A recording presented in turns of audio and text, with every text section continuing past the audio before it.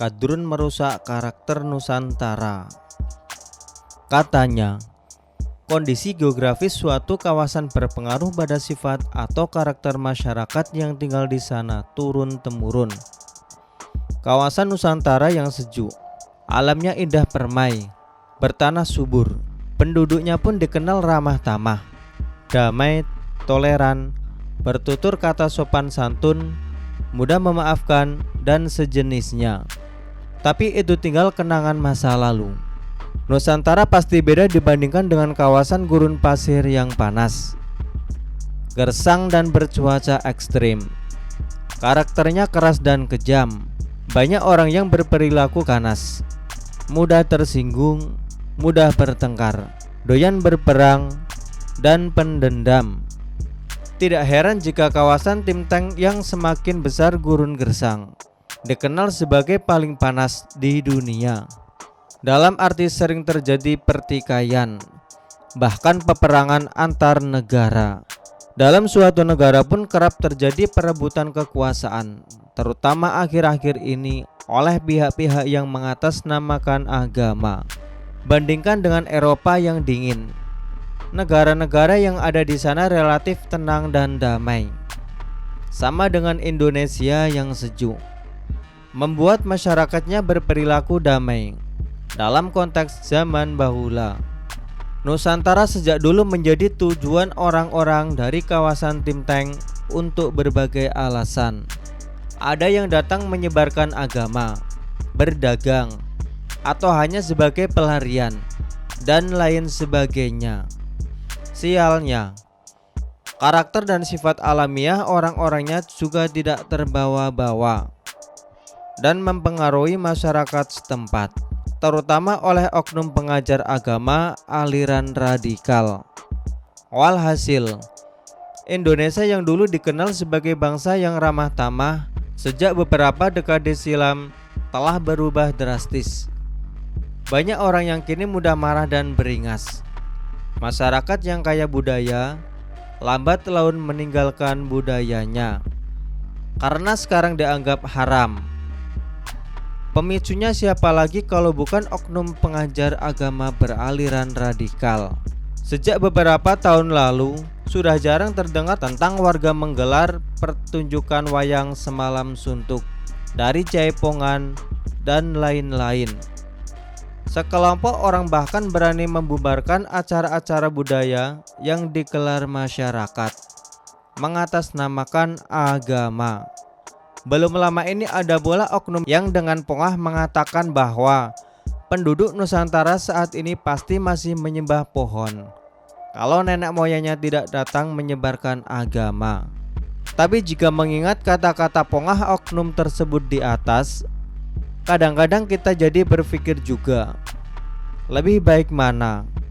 Hidup bersama orang-orang yang menyembah pohon namun berperilaku damai dan bersahabat, atau hidup di tengah segerombolan manusia yang dengan bangga mengaku menyembah sesuatu yang mereka sebut Tuhan, namun perilaku mereka beringas, ganas seperti setan.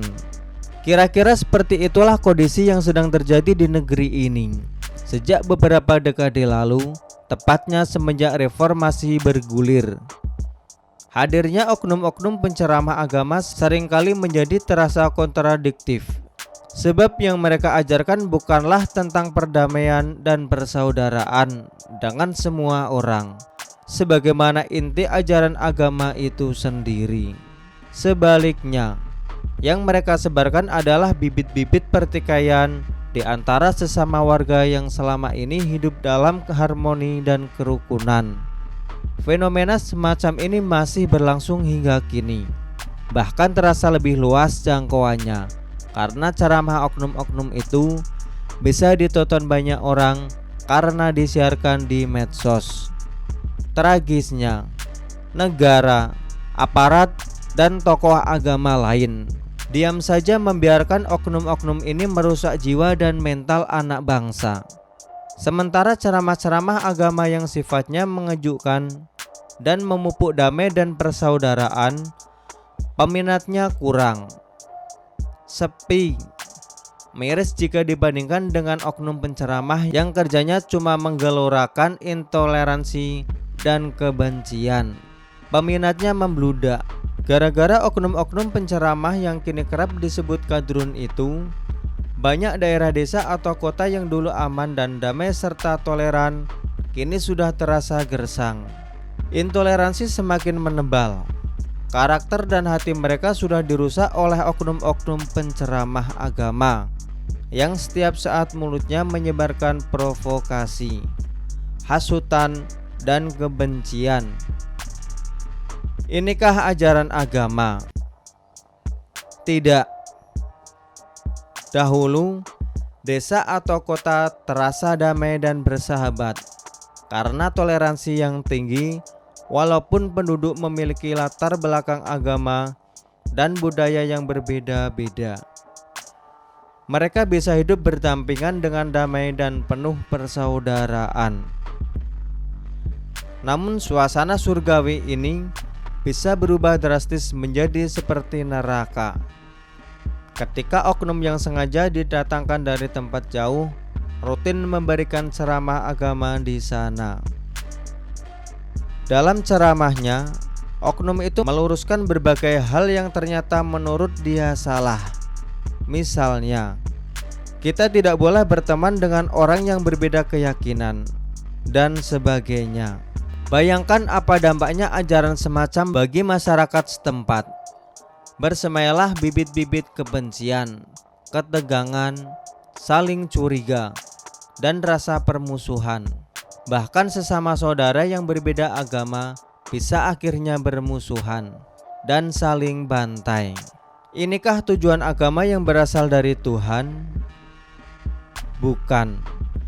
Tak lama setelah kedatangan oknum penceramah itu, terjadilah pelarangan beribadah terhadap penganut agama minoritas, bahkan sampai merusak tempat ibadah.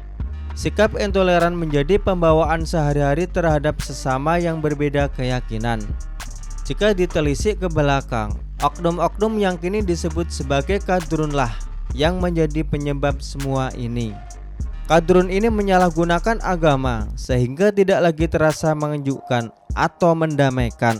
Padahal sejatinya agama itu ada untuk membuat kehidupan di dunia ini tentram, aman, dan damai. Semua orang bersaudara sebagaimana sesama makhluk ciptaan Tuhan yang paling mulia. Namun kelompok yang kini disebut sebagai kadrun ini benar-benar telah merusak mental masyarakat. Mereka telah merusak karakter asli Nusantara dengan ajaran-ajaran yang nadanya provokatif dan mengajak bermusuhan orang lain yang tidak sepaham. Karakter Nusantara telah rusak, sebab kini banyak orang yang memperlihatkan sikap permusuhan terhadap sesama. Orang-orang membantai sesamanya, seperti tragedi Cikeusik beberapa tahun lalu. Sulit dipercaya, penduduk desa tega membantai teman sedesanya karena agama. Otak dan sanubarinya sudah dirusak penceramah agama kadrun. Kejadian terkini adalah oknum yang begitu ringan mulutnya memaki-maki dengan kata-kata tak senonoh, bahkan berani menghina seisi pulau. Itu bukan sifat asli Nusantara, tetapi orang ini menjadi rusak karena terkontaminasi kadrun. Semoga kita semua sadar dan kembali ke jati diri Nusantara yang sejati.